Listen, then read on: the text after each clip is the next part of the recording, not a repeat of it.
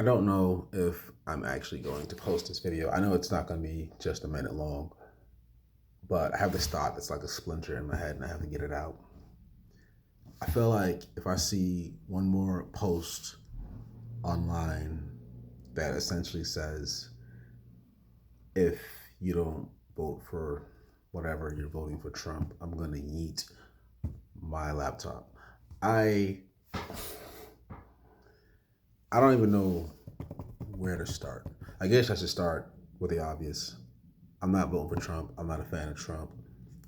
I think he's a terrible president. I think he is an undiagnosed narcissist, mostly because there actually was an article where a group of therapists got together and diagnosed him with narcissism, but also said we can't actually officially diagnose somebody whom we haven't treated. But yeah, I think all those things. I also think a lot about this quote from The Godfather 3 by Michael Corleone. He said, "Never hate your enemies, it clouds your judgment."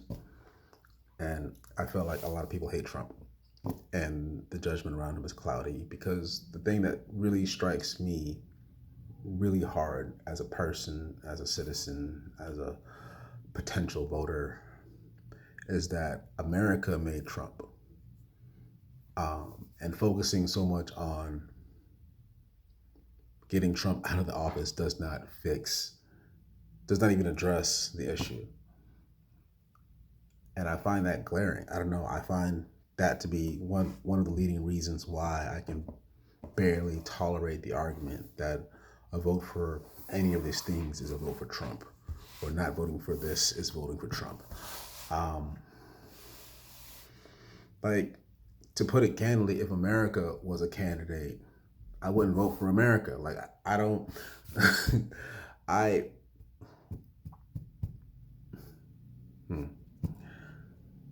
I've often been flummoxed by the statement, "I love America." Me personally, because sometimes I am confident that I don't, and sometimes I am terrified that I do. Um, I'm probably in the terrified that I do place right now. But, well, let me think about this practically. The whole Biden or bust thing, first of all, it ignores all the pain and suffering and moments that are antithetical to the quote unquote American dream and quote unquote American ideals that have been happening for centuries before Trump got here and are likely to happen after Trump is gone, even with Biden as president.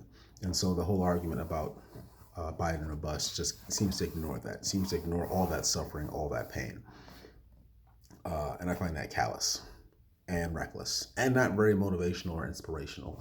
From a practical standpoint, I find it short sighted because a lot of the real power in politics is local politics, is the down ticket voting.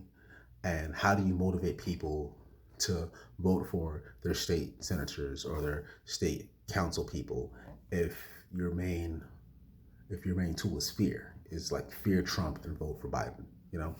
I mean, fear is a terrible motivator. I think it works temporarily, but long term, no. If anything, I think it causes a disconnect. So I think it's short sighted. I think it's callous.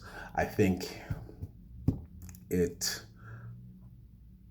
might also be a little hypocritical, only in the sense that I'm reading this book right now called Fear by Bob Woodward. He's the one who helped break the Watergate scandal in the 70s.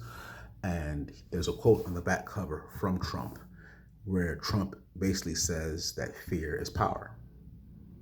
And all of these memes and assertions that a vote for this is a vote for Trump, or not voting for Biden is a vote for Trump, seems like a real concentrated way of trying to leverage fear to manipulate people into voting the way you want them to vote, which Trump would approve of if it weren't working against his own personal narcissistic ambitions. So that's it. Callous, short-sighted, and a little hypocritical. But with all that said, I get it. I really do. I do understand the whole, like, we got to get Trump out of here because there have been real consequences during the past 4 years, almost 4 years of his term. Um, my only argument is that it doesn't make me personally want to vote for Biden anymore. Fear is a terrible motivator. I already live in fear in America every day. A lot of people do. I imagine trying something different might actually have long-term effects. And that is more or less my political spiel. And it's also been on my mind because I did a few 1-minute stories this week around politics. And I think this was really the part that was getting to me. Like I felt punched in the face by people's fear all the time. Anyway, that's where I'm at. I don't even know if I'll share this video, but I really needed to get this off my chest and then rewatch it to see kind of a personification of what's going on up here. Deuces.